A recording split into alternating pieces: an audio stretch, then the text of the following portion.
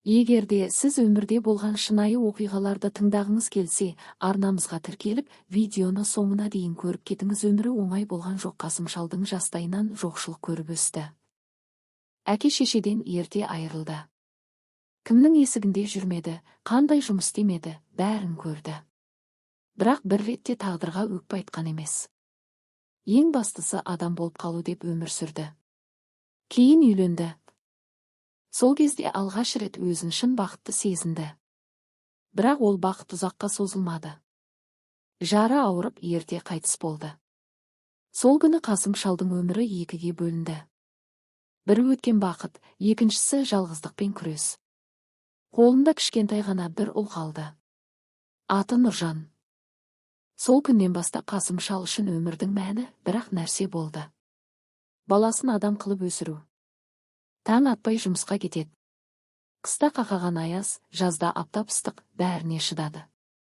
Өзі аш жүрсе де, баласын аш қалдырмады. Өзі ескі киім кисе де, ұлына жаңасын алып берді. Түнде шаршап келсе де, баласының қасында отыратын. Сабағын сұрайтын. Басына қолын қойып, балам, сен менің үмітімсің дейтін. Нұржан кішкентай кезінде әкесіне қатты жақын болды. Әке, сен ең мықтысың деп мойнына асылатын. Сол сәттерде Қасым шал бар қиындықты ұмытып кететін. Іштей, ертең осы бала менің тірегім болады деп сенетін. Жылдар өтті, бірақ өмір әрдайым адам күткендей болмайды. Нұржан өсті. Бірақ мінезі де өзгере бастады. Алдымен жай ғана тыңдамайтын болды. Сосын сөз қайтару шықты. Кейін әкесін менсінбей сөйлейтінге айналды. Сен не түсінесің өзі? Дейтін болды. Қасым шал үндемейтін. Іштей ғана. Жас қой түзелер деп өзін жұбататын. Бірақ ол түзелмеді. Керісінше күн өткен сайын әкесінен алыстай берді. Бір күні Нұржан жаман ортаға түсіп кетті. Бос жүрген достар, ішімдік түнгі өмір үйге кеш келеді. Кейде мүлде келмейді. Ал Қасым шал түннің бір уағына дейін есіктің алдына шығып қараңғыға қарап отырады. Балам аман келсе екен деп сыбырлап қояды. Сол сәтте оның жанында ешкім жоқ. Тек үміт қана бар. Бір қараңғы түн есік тарс ашылды. Нұржан мас күйінде кіріп келді. Ақша бер, деді қатқыл дауыспен. Қасым шал сасып қалды. Балам, ақша жоқ қой, өтірік айтпа маған, деп айқайлады ұлы. Сол сәт өз әкесіне алғаш рет қол көтерді. Сол күн Қасым шалдың жүрегінде мәңгілік жара болып қалды. Бірақ ол ешкімге айтпады.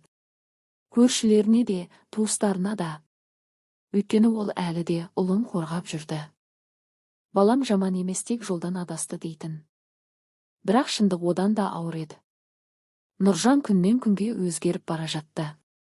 Ақша сұрайды. Бермесе айқайлайды. Қорлайды. Кейде қол көтереді. Бір күні Қасым шал аулада отыр еді. Көрші кемпір келді. Қасым, бетің көгеріп кеткен ғой, не болды? Деді. Шал жай ғана күліп, ештеңе, сүрініп құлап қалдым деді. Ал шын мәнінде оны туған ұлы ұрған еді. Кешкісін тағы жанжал шықты.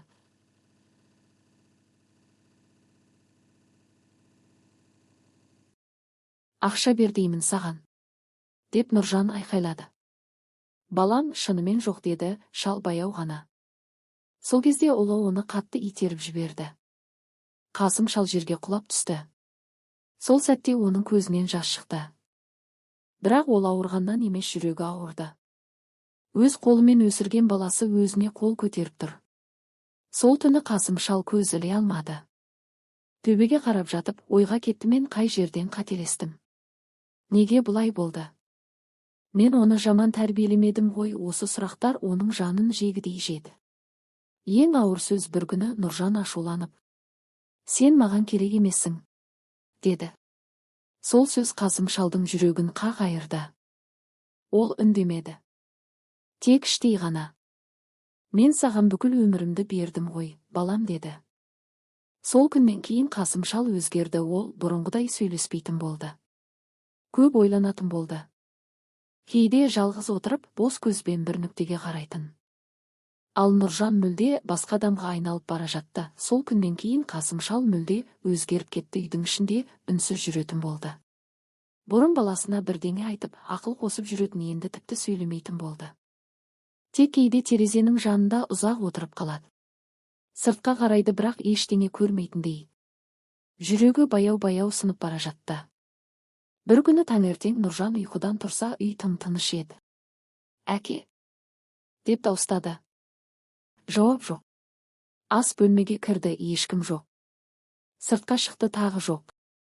Бірақ үстелдің үстінде бір қағаз жатты. Нұржан баяу ғана қолына алды. Қағазда әкесінің қолымен жазылған сөздер бар еді. «Балам, мен сені ешқашан жек көрген емеспін. Не істесең де сен менің жалғызымсың. Мүмкін мен сені дұрыс тәрбиелей алмадым, мүмкін бір жерден қателестім, бірақ мен сені қатты жақсы көрдім. Саған ауыр болмас үшін мен кеттім. Мені іздеме. Бақытты бол, балам». Қағаз қолынан түсіп кетті. Сол сәтте Нұржан алғаш рет шын қорқынышты сезінді. «Әке!» деді сыбырлап. Бірақ бұл жолы ешкім жауап бермеді. Күндер өтті, басында Нұржан бәрібір мән бермеді. Қайтып келеді ғой деп ойлады. Бірақ Қасым шал қайтып келмеді. Бір аптадан кейін көршілер сыбырлай бастады. Қасым шал қарттар үйіне кетіпті, баласы қарамайды екен. Сол сөздер Нұржанның құлағына жетті. Бірақ ол тағы да мән бермегендей болды. Ішінде бірдеңе мазаласа да оны мойындағысы келмеді. Бір күні кешкісін үйде жалғыз отырды. Үй тым-тыныш. Бұрын бұл тыныштық ұнайтын, ал қазір жанын қысып барады. Сол кезде көзі бұрышта тұрған ескі орындыққа түсті. Әкесі сол жерде отыратын, күтетін, соны көргенде бір түрлі болып кетті. Сол түні ол ұйықтай алмады. Алғаш рет өткен күндерді есіне алды. Әкесінің балам деп айтқанын, күтіп отырғанын, үнсіз жылағанын бәрі көз алдына келе бастады. Кенет жүрегі қатты ауырды. Мен не істедім? Осы ой басынан шықпай қойды. Таң ата сала ол қарттар үйіне қарай жүгірді. Жол бойы тек бір нәрсені ойлады. Тек аман болсын, тек кеш болмаса екен. Қарттар үйіне жетті. Есікті ашып кірді. Маған Қасым атты кісі керек ет, деді асығып. Қызметкер әйел бір сәт үнсіз қалды, сосын баяу ғана: «Кешіріңіз, сіз кеш қалдыңыз», деді. Сол сөз Нұржанның өмірін екіге бөлді. «Қалай?» деді ол дірілдеп. «Кеше түнде жүрегі тоқтап қалды», деді әйел. Сол сәтте Нұржан тізерлеп отыра кетті. Көзінен жас өзінен өзі ағып жатты. «Әке!» деп айқайлап жіберді. Бірақ енді ешкім естімейтін еді. Оған бір кішкентай дорба берді.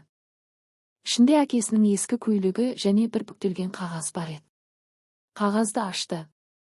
«Соңғы хат, балам, егер осы хатты оқып отырсаң, демек мен жоқпын. Мен сені соңғы рет көргім келді, бірақ сен келмедің, сені кінәламаймын.